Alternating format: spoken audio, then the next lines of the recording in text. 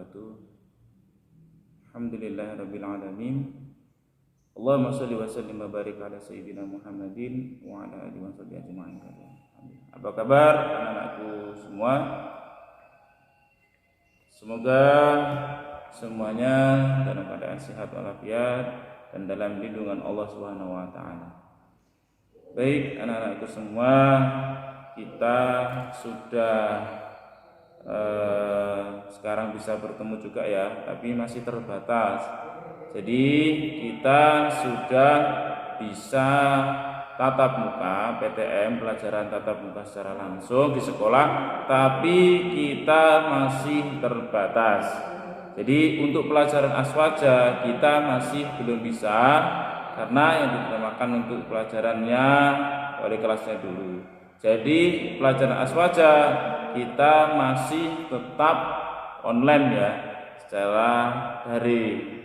Ya, kita berdoa semoga kita secepatnya bisa bertatap muka langsung, bisa bertemu langsung, belajar secara langsung agar memaksimalkan apa yang kita pelajari.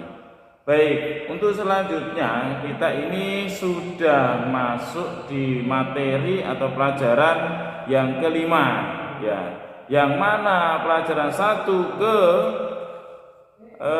sampai 4 kemarin sudah kita pelajari ya, yaitu tentang peran dan dakwah Wali Songo di Indonesia. Yang sudah kita pahami tentang Wali Songo termasuk yang kemarin menjadi ujian untuk penilaian tengah semester. Dan di pelajaran kedua, peran dan dakwah pesantren di Indonesia. Dan pelajaran yang ketiga, sejarah pembentukan Jam'iyah Nahdlatul Ulama. Yang keempat, pelajaran menghormati Al-Quran. Kita juga sudah pelajari semua kemarin ya, ada materinya. Insya Allah di channelnya Pak Amin ini juga ada untuk membahas itu. Nah, sekarang ini kita masuk pada pelajaran kelima. Nah, pelajaran kelima ini kita akan membahas tentang cara kita menghormati Nabi Muhammad SAW dan sahabat, ulama dan aulia. Nah, menghormati Nabi Muhammad SAW itu gimana hukumnya dan bagaimana? Silahkan dibuka di bukunya di halaman 25 ya, di halaman 25, dan mohon diamati pada halaman 26 itu ada di atasnya itu gambar masjid ya, gambar masjid, ada gambar masjid, dan di bawahnya itu ada orang berdiri, ada yang bawa rebana, ada yang pegang mic, ada yang pegang kitab. Ayo, siapa yang tahu apa nama masjid itu yang di atas? Iya, itu Masjid Nabawi, dan di dalamnya itu ada makam seorang nabi yang agung, rasul, utusan Allah yang akhlaknya mulia, yaitu Kanjeng Nabi Muhammad SAW, yang mana kita nanti akan bahas tata cara kita menghormati Nabi Muhammad SAW. Dan di bawahnya itu ada foto tentang kakak-kakak kita atau ustadz kita itu lagi membaca Mahalul Yam, membaca sholawat ya, membaca sholawat. Ada yang pakai rebana, ada yang bawa mic, ada yang bawa kitab, itu membaca sholawat kepada Kanjeng Nabi Muhammad SAW. Langsung saja kita masuk pada pembahasan ya. Bagaimanakah cara menghormati Nabi Muhammad itu? Ada yang tahu? Ya. Yang kedua, bagaimana cara menghormati para sahabat? Yang pertama dulu kita bahas ya. Kita bahas dan kita kupas tuntas. Semoga semuanya bisa memahami. Karena apa? Di bulan ini, yaitu bulan Rabiul Awal, tepatnya bulan Rabiul Awal sekarang ini, banyaklah kita itu jumpai ya, di mana-mana ada acara maulid, di mana-mana ada mengadakan maulidan ya. Seperti apa itu dan kenapa ke orang-orang sampai mengadakan acara-acara seperti itu, dan itu juga menunjukkan bahwasanya orang-orang ini menghormati Nabi Muhammad SAW, yaitu menghormati di mana proses kelahiran manusia yang agung ini, yaitu baginda Nabi Muhammad SAW. Nah, untuk memahami dengan baik apa yang disebut dengan kegiatan gibah, bacalah materinya dengan sesama sehingga kalian mengerti tentang menghormati ini Nabi Muhammad SAW ini. Karena apa? Di pertemuan sebelumnya ya, di Senin lalu sudah Pak Amin infokan untuk semuanya itu bisa dibaca dulu, dipahami dulu. Ada pertanyaan silahkan tanyakan ke Pak Amin. Sekarang kita bahas bareng-bareng. Nah, cara taat dan cinta Nabi Muhammad SAW. Ya, para ulama telah memberi pedoman pada kita bagaimana cara mencintai dan mentaati Nabi Muhammad SAW. Ada pedoman dan tata cara. Para ulama sudah mengajarkan kepada kita gimana tata caranya kita bahas di sini, yaitu beriman, yakni bahwa Nabi Muhammad adalah Nabi akhir zaman dan tidak ada nabi sesudah beliau. Kalau ada orang-orang yang ngaku mereka sebagai nabi, ini namanya nabi palsu, karena Nabi Muhammad itu Nabi Khatamul Anbiya wal Mursalin, penutup para nabi dan rasul. Nabi Muhammad ini nabi paling akhir. Kalau ada lagi yang bisa menghidupkan orang mati, bisa menyembuhkan, bisa ini, terus dia ngaku-ngaku sebagai seorang nabi, ini jelas-jelas nabi palsu. Baik, selanjutnya nomor 2, tunduk dan patuh melaksanakan semua yang diperintahkan dan menjauhi semua larangannya. Nah, selain itu mengamalkan sunnah-sunnah beliau seperti gemar berpikir dan belajar, rajin membersihkan badan, pakaian, rumah, dan lingkungan. Jadi kita berperilaku bersih ini juga termasuk menghormati Nabi Muhammad SAW.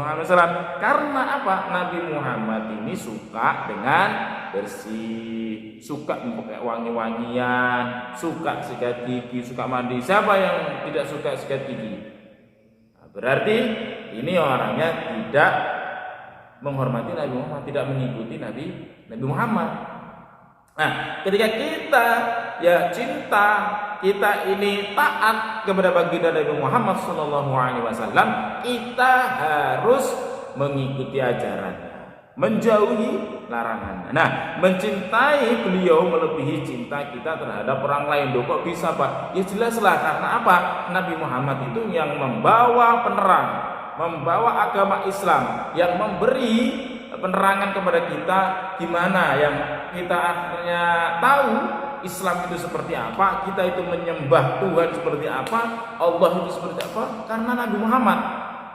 Ya, karena Nabi Muhammad yang ngasih tahu kita, memberi pencerahan, memberi penerangan terhadap kita dari jalan-jalan kegelapan, dari jalan-jalan yang belok-belok, akhirnya kita diluruskan oleh baginda Nabi Muhammad SAW. Nah, untuk mewujudkan rasa cinta kepada Nabi, para ulama, Nahdlatul Ulama juga mengajarkan beberapa amaliyah yang bisa kita lakukan untuk menambah kecintaan kita kepada Nabi Muhammad SAW.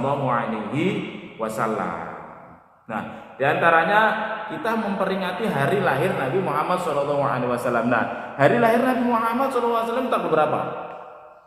Ya, betul, tanggal 12 bulannya Rabiul Awal, namanya tahun gajah. Betul sekali. Nah, untuk itu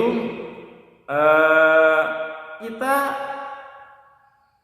harus tahu tata caranya untuk taat dan cinta kepada Nabi Muhammad. Untuk menghormatinya kita tahu. Nah, di bulan-bulan ini ya, di bulan Rabiul Awal ini, tepatnya tanggal 12 kemarin sudah tanggal hari Selasa ya. Hari Selasa 12 Rabiul Awal. Tapi kita liburnya hari Rabu, diundur untuk liburnya. Tapi tepatnya tanggal 12 kemarin ini hari Selasa kemarin itu. Ya, hari Selasa. Dan alhamdulillah di mana-mana banyak orang memperingati Maulid ini, termasuk kami.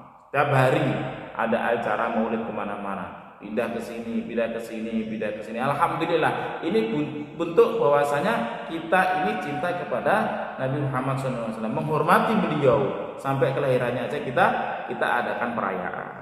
Nah, yang kedua, kegiatan rutin membaca sholawat Nabi dengan membaca Maulid Diba. Membaca Maulid Diba, kitab namanya Maulid Ad-Diba. Di situ ada bacaan-bacaannya, ada sholawat-sholawatannya yang pakai lagu, ada yang tidak pakai lagu. Nah, itu di Maulid Diba. Atau berjanji, atau namanya berjanjian. Nah, biasanya ini di saudara-saudara kita, orang-orang Sulawesi, orang Bugis itu bacanya pakai berjanjian. Termasuk orang-orang Jawa juga pakai berjanjian ini. Nah, atau hadroh baik di musola, masjid atau di rumah-rumah warga itu apabila ada hajatan selamatan. Biasanya ya kalau ada khitanan itu juga baca sholawat. Itu tujuannya apa?